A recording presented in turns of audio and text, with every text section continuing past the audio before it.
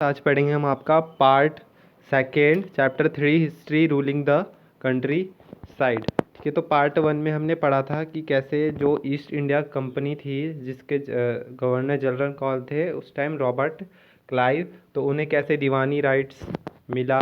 और फिर आगे हमने पढ़ा कि कैसे कि वो कर इकट्ठा किया उन्होंने। फिर हमने थ्री सिस्टम्स के बारे में पढ़ा था यहाँ पर, जो चार्ल्स कॉर्नवालिस कैसे कि यहाँ पर परमानेंट सेटल लेके आए। ठीक है, उसके बाद हमने पढ़ा कि कैसे महलवारी सिस्टम आया और मुंडो सिस्टम आया है ना। तो ये सिस्टम पढ़े थे, मुंडो सिस्टम, रेवाड़ी सिस्टम भी बोलते हैं इसे, है ना। तो अब आगे पढ़ेंगे क्रॉप्स फॉर यूरोप, यूरोप के लिए crops. The British also realise that countryside could not only yield revenue, it could also grow the crops. तो ब्रिटिश थे, उन्हें क्या लगा कि जो गांव के लोग हैं वो सिर्फ हमें कर ही नहीं दे सकते, बल्कि वो क्या कर सकते हैं, हमारे लिए क्रॉप्स भी उगा सकते हैं जो कि हमें यूरोप में चाहिए। By the late 18th century the company was trying its best to expand the cultivation of opium and indigo. ठीक है, तो लेट 19th सेंचुरी में क्या हुआ, कंपनी क्या कर रही थी, अपना बेस्ट कर रही थी, ट्राई कल्टीवेशन किसकी, एक्सपैंड मतलब कल्टीवेशन बढ़ाने के लिए, Indigo and opium. Opium means अफीम एंड इंडिगो मीन्स नील। तो the British persuaded in the century and a half that followed, the British persuaded or forced cultivator in various parts of indigo to produce other crops। तो इन a century means 150 साल से ज़्यादा, तो British ने क्या किया, force किया cultivators को कि वो क्या उगाएं इंडिया में, अलग अलग क्रॉप्स उगाएं, जैसे कि आपकी जूट इन बंगाल। ठीक है, जूट बंगाल में, टी आसाम में, आपका शुगर केन गन्ना यूपी में, यूपी वाले रीजन में, पंजाब कॉटन में, वीट वीट वीट आपका पंजाब में, कॉटन इन महाराष्ट्र, राइस इन मद्रास। तो ये सब फोर्स किया गया। हाउ वॉज दिस डन, तो ये कैसे किया गया, the British use a variety of methods. तो ब्रिटिश ने कुछ अलग अलग मेथड्स यूज़ किए इसको एक्सपैंड करने के लिए अपनी कल्टीवेशन को। ठीक है, तो हम ऐसे एक क्लोज़र लुक लेते हैं कि कैसे यहाँ पर एक वैसे ही एक क्रॉप के बारे में बताया गया है, कैसे कि इस क्रॉप का उन्होंने एक्सपैंड किया, कल्टीवेशन और प्रोडक्शन किया। तो डज कलर हैव हिस्ट्री, क्या कलर की भी कोई हिस्ट्री होती है। तो फिगर 5 और 6 देख सकते हैं आप। ये जो यहाँ पर कलमकारी प्रिंट है जो कि 20th सेंचुरी में किया गया है, और यहाँ पर ये आपका मॉरिस कॉटन प्रिंट जो कि लेट 19th सेंचुरी इंग्लैंड का है। तो यहाँ पर देखेंगे Kalamkari print created by weavers of Andhra Pradesh. ठीक है, जो कलमकारी प्रिंट है ये किसने क्रिएट किया था, वीवर्स ने, जो कि आंध्र प्रदेश में थे, इंडिया में। On the rights is a floral cotton print designed and produce William Morris. ठीक है, तो ये क्या है, एक फ्लोरल जो से फूल वाला डिज़ाइन है, ये किसने किया है, सेकंड में ये विलियम मॉरिस ने किया था। तो विलियम मॉरिस क्या थे, एक फेमस पोएट थे और आर्टिस्ट थे 19th सेंचुरी में ब्रिटेन के। There is one thing common, तो इसमें क्या चीज़ है, दो कॉमन प्रिंट में। तो आप देख सकते हैं राइट हैंड में जो फ्लावर वाली पेंटिंग्स, तो राइट साइड में कलमकारी प्रिंट वीवर्स ने बनाया है। वीवर्स किसे कहते हैं, जो कि कपड़ों का काम करते हैं, उन्हें कलर करने का काम करते हैं ना। और ये बी में आपके मॉरिस ने बनाया, जो इंग्लैंड में क्या थे, एक पोएट थे, आर्टिस्ट थे 19th सेंचुरी में ब्रिटेन में। इसमें एक चीज़ कॉमन है कि दोनों में क्या है, एक ब्लू कलर है, रिच ब्लू कलर, बहुत ही अच्छा ब्यूटीफुल ब्लू कलर है। तो इसको क्या बोलते हैं, Indigo. Do you know how this colour was produce, क्या आपको पता है ये कलर कैसे बनाया जाता है, प्रोड्यूस किया जाता है। The blue that you see in this print was produce from a plant called indigo.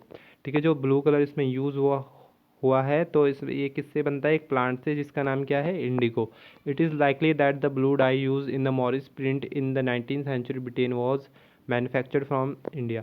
ठीक है, जो इसमें जो ब्लू डाई यूज़ हुई है मॉरिस प्रिंट में 19th सेंचुरी में, तो ये कहाँ से आई, कहाँ से, ये भी इंडिया से ही इम्पोर्ट हुई थी वहाँ पर। ठीक है, तो इंडिया लार्जेस्ट प्रोड्यूसर था इंडिगो का, और ये नील की खेती यहाँ पर इंडिया में ही सबसे ज़्यादा होती थी और फिर यहीं से ही अलग अलग पार्ट्स में जो है ये सप्लाई किया जाता था। Why the demand for Indian Indigo, ठीक है, क्यों थी डिमांड इंडियन इंडिगो की? The Indigo plant grows primarily in the tropics. तो इंडिगो प्लांट्स कहाँ पर उगता था? ट्रॉपिक्स में। ट्रॉपिक मीन्स जहाँ पे गर्मी रहती है और नमी रहती है। By the 13th century Indian indigo was being use by cloth manufacturer in Italy, ठीक है। तो 13 सेंचुरी में क्या हुआ कि इंडियन इंडिगो कहाँ पर यूज़ होने लगा? इटली में मैन्युफैक्चरर थे जो उनका यूज़ करने लग गए। France and Britain to dye cloths, और फ्रांस एंड ब्रिटेन भी क्या करने लग गए? डाई करने लग गए cloths. However only small amount of Indian indigo reach the European markets, ठीक है। तो बहुत कम मात्रा में ही क्या होता था कि इंडिगो यूरोपियन मार्केट्स में पहुंच जाता था और उसका प्राइस जो मोल था वो बहुत ज़्यादा था। European cloth manufacturer therefore had to depend to another plant called woad to make, ठीक है। तो यूरोपियन को एक जो यूरोपियन में क्लॉथ बनाते थे, कपड़े बनाते थे, उन्हें एक और प्लांट्स के ऊपर डिपेंड होना पड़ा जिसका नाम क्या था? वुड। मीन्स वहाँ पर भी एक खेती होती थी जो कि कैसा था? सिमिलर था इंडिगो प्लांट के जैसे, वुड, ठीक है। उससे भी कैसा कलर आता था? Violet and blue dyes. और ये कौन से जोन में होता था? टेम्परेट जोन में, जहाँ पर मीन्स ठंडे रीजन में, इसलिए वो वहाँ पर ईजिली यूरोप में अवेलेबल हो जाता था। It was grown in northern Italy, ठीक है। तो ये नॉर्दर्न इटली में उगाया जाता था, southern France and in the Germany of Britain, ठीक है। तो और साउदर्न फ्रांस और parts of Germany and Britain में भी। पर इसका कलर तो क्या था? थोड़ा फेक था, डल था। तो इसलिए जो यूरोपियन कंट्रीज थी ज़्यादातर किस पे डिपेंड थे? वो इंडिगो प्लांट पे, जो कि इंडिया से इंपोर्ट किया जाता था और ये बहुत अच्छा होता था, इसलिए वो इसके ऊपर डिपेंड थे। अब क्या हो रहा था? जैसे कि कंपटीशन बहुत ज़्यादा हो रहा था इंडिगो का यूरोप में, तो जो यूरोप में प्रोड्यूसर थे वोड के, वोड क्या था आपका? सिमिलर जैसे प्लांट है आपका इंडिगो, ठीक है। तो इन्होंने क्या किया? प्रेशराइज्ड किया गवर्नमेंट को कि इंडिया से क्या हो जाए? इंडिगो इंपोर्ट होना बैन हो जाए, क्योंकि इंडिगो की क्या थी? वहाँ पर ज़्यादा डिमांड हो रही थी, ज़्यादा यूज़ हो रहा था, और जो लोकल वहाँ के प्रोड्यूसर थे उनका क्या हो रहा था? लॉस हो रहा था बहुत। इसलिए उन्होंने क्या किया? प्रोटेस्ट किया और प्रेशराइज किया उनकी गवर्नमेंट को कि बैन करें indigo. Cloth dyers however preferred indigo as a dye, पर जो क्लॉथ डायर्स थे वो ज़्यादातर क्या प्रेफर्ड करते थे? इंडिगो, जो कि इंडिया से इंपोर्ट किया जाता था। तो इंडिगो को कैसा होता था? बहुत रिच, बहुत अच्छा कलर होता था, ब्लू, एकदम रिच कलर होता था। पर और जो डाई थी जो वोड से थी उसका कलर थोड़ा डल होता था।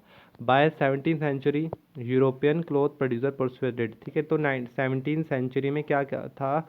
जो यूरोपियन क्लॉथ जो कपड़े बनाते थे प्रोड्यूसर, उन्होंने क्या किया? गवर्नमेंट को उसे फोर्स किया, बोला कि आप जो है बैन हटा दीजिए इंडिगो का इंडिया से, ठीक है, बैन हटा दीजिए।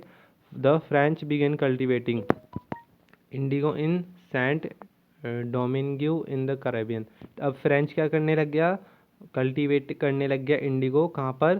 सेंट डोमिंग्यू इन कैरेबियन आइलैंड। कैरेबियन आइलैंड जो कैरेबियन किसे बोलते हैं? जैसे कि आपका वेस्ट इंडीज़ में जहाँ पर मैच भी होते हैं वगैरह, उससे भी कैरेबियन बोलते हैं। द पोर्चुगीज़ ब्राज़ील में, इंग्लैंड इंग्लिश इन जमाइका में, एंड स्पेनिश इन वेनेजुएला। तो यहाँ पर भी अब इंडिगो की खेती होने लग गई। Indigo plantation also came up in many parts of, और नॉर्थ अमेरिका के बहुत से पार्ट से भी इंडिया की प्लांटेशन होने लगी।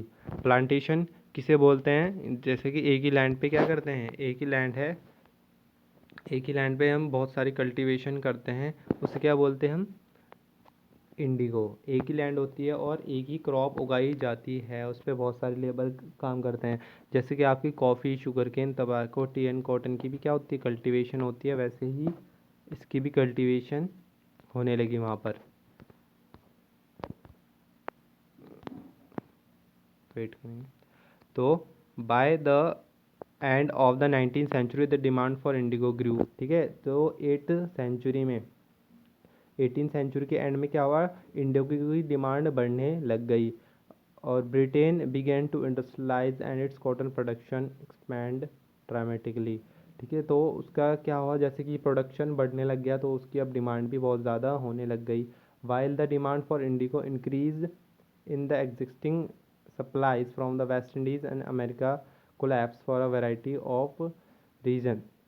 ठीक है। अब इन्हें बहुत ज़रूरत हो रही थी, पर जो सप्लाईज थी, इंपोर्ट कर रहे थे जो वेस्ट इंडीज़ से, अमेरिका से इंडिगो, वो क्या हो गई, कोलैप्स हो गई कुछ रीज़न की वजह से। तो बिटवीन 1783, तो 1783 और 1789 के बीच जो प्रोडक्शन था इंडिगो का वर्ल्ड में क्या हो गया, पूरा आधा हो गया।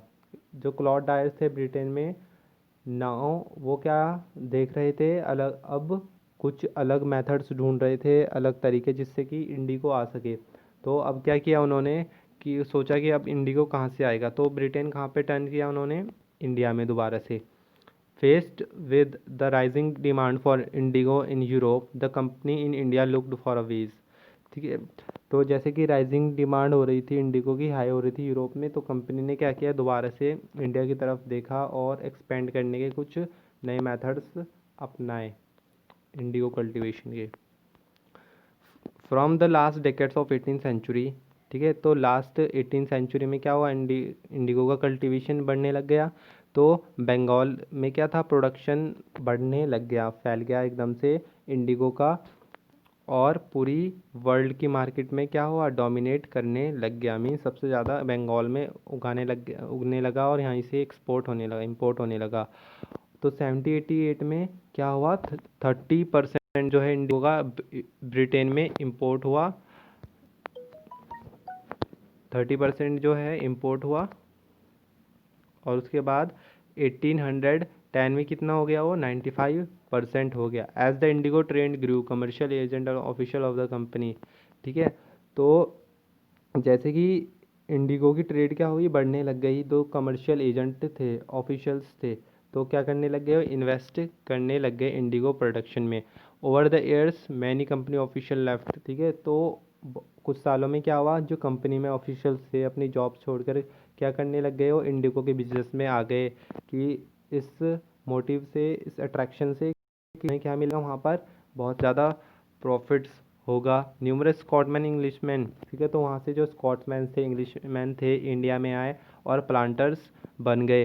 ठीक है। दोज हु हैड नो, जिसके पास पैसे नहीं होते थे वो क्या ले लेते थे, लोन ले लेते थे कंपनी से, प्लांटर्स, है ना। एंड द बैंक्स, और बैंक से भी वो लोन ले लेते थे प्लांटर्स। ठीक है। तो यहाँ पर देखिए, the slave revolt in Saint Domingo August 1791, painting by January August. तो इसमें क्या बताया गया है कि 18th सेंचुरी में क्या हुआ, जो फ्रेंच प्लांटर्स थे वो क्या प्रोड्यूस कर रहे थे, इंडिगो और शुगर, फ्रेंच कॉलोनी में of Saint Domingo in the Caribbean islands में।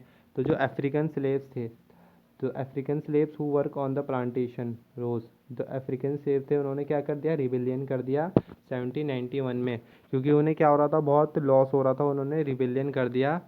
तो burning the plantation clean the, तो क्या किया वहाँ पर, जो है उनकी फसलें जला दी गई, है ना, लोगों को मार दिया गया। जो फ्रांस की गवर्नमेंट थी, इन 1792 फ्रांस अबॉलिश स्लेवरी।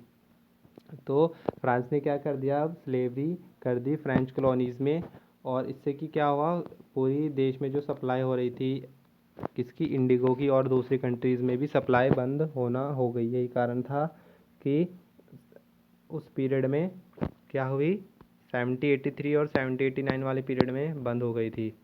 ठीक है। तो फ्रेंच ने क्या किया था, अबॉलिश्ड कर दिया था स्लेवरी।